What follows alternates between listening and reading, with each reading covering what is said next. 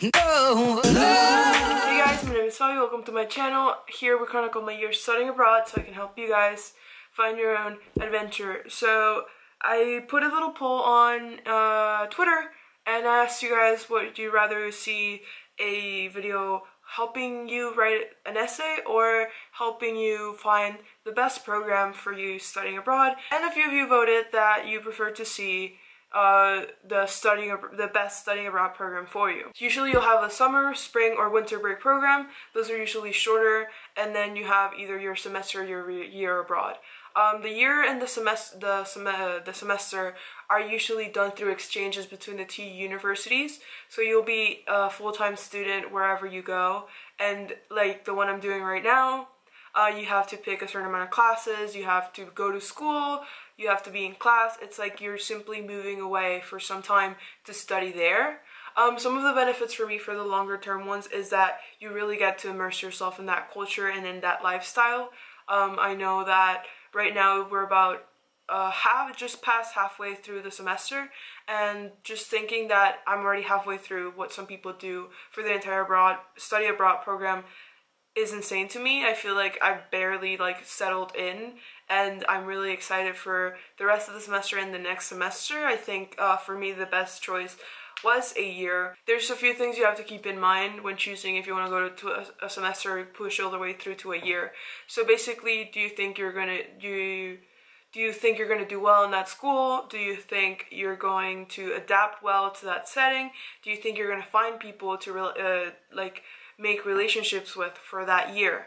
Because I know for me, one thing that I knew was that it takes me a while to make friends. So usually, probably by the time the semester ends, I'm going to start, besides Bex, who's on the Quidditch team, and in general people from the Quidditch team, I don't really interact with many people from my school. So I know that by the end of the semester, maybe I'll have more of a relationship with some of my peers, but I know there's people that just click in 2 seconds, they make friends super fast, and for them, just a semester and you get used to it, you run through, and that's all you need, and you lived your experience in 6 months. I am more of a slow burner.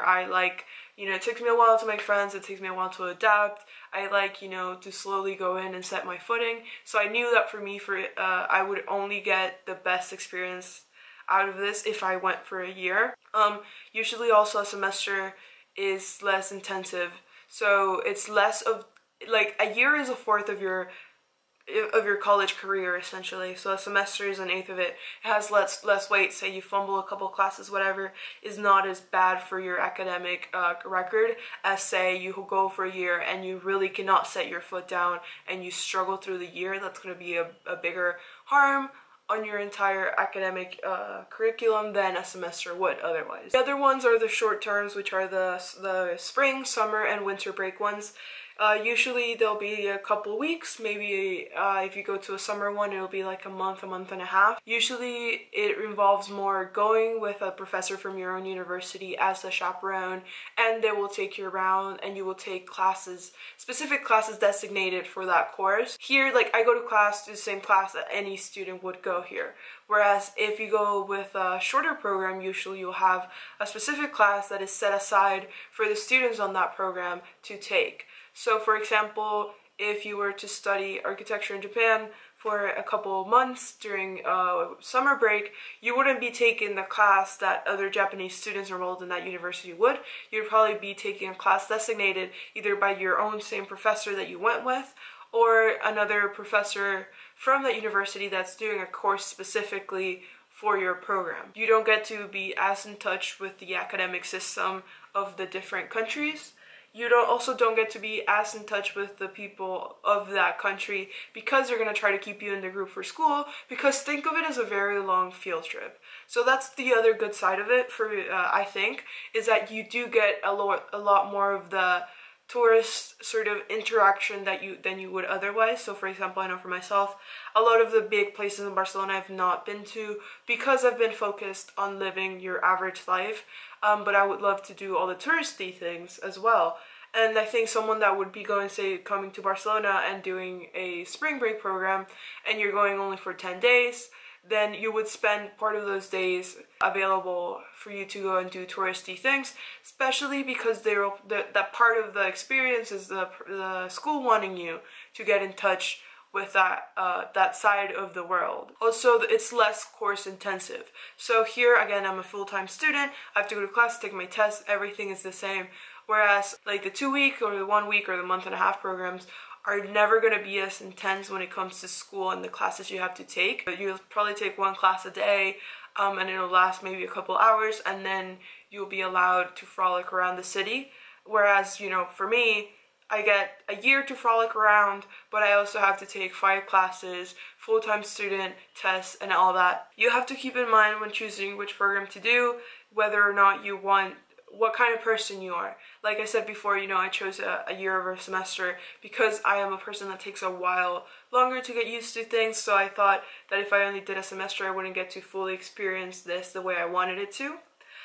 So if you're a person that has a really hard time getting used to a new setting, getting used to a new life, or even breaking away from your usual life, I recommend you do the shorter programs because they don't involve you having to get used to a new life and a new lifestyle. Because I know for sure for me, I've had to get used to living differently. So usually that is what you have to think of, you know, can you get used to a new different lifestyle? If you think you can't, or you've had bad experiences and you don't want to, then I recommend you try to do the shorter one. If you think a week or 2 weeks is too short, then do the summer ones. Usually they're a month-and-a-half. Depending on the program, you might have a host housing you or a hotel as your housing. If you're afraid that you won't mesh well with your host, then look for programs that offer hotel stays instead of host stays. It all depends on the person. If you want to be immersed and have that host, look for programs with a host. And ultimately, if money is an issue, which is for all of us, I think the best bang for your buck is the semester. Usually the programs that are shorter are incredibly expensive for the time you're spending away and the resources you have and the experience you get. You have to pay thousands of dollars to be away for a week, whereas, you know, I am spending probably about thousands of dollars also, but I know that there's programs that it'll be $2,000–3,000 for a week. And then here, for me, the budget that they ask you to have around is about $1,000 per month you're there. So say you do a semester, that would be from September to February, or from September to January, or from February to July, end of June.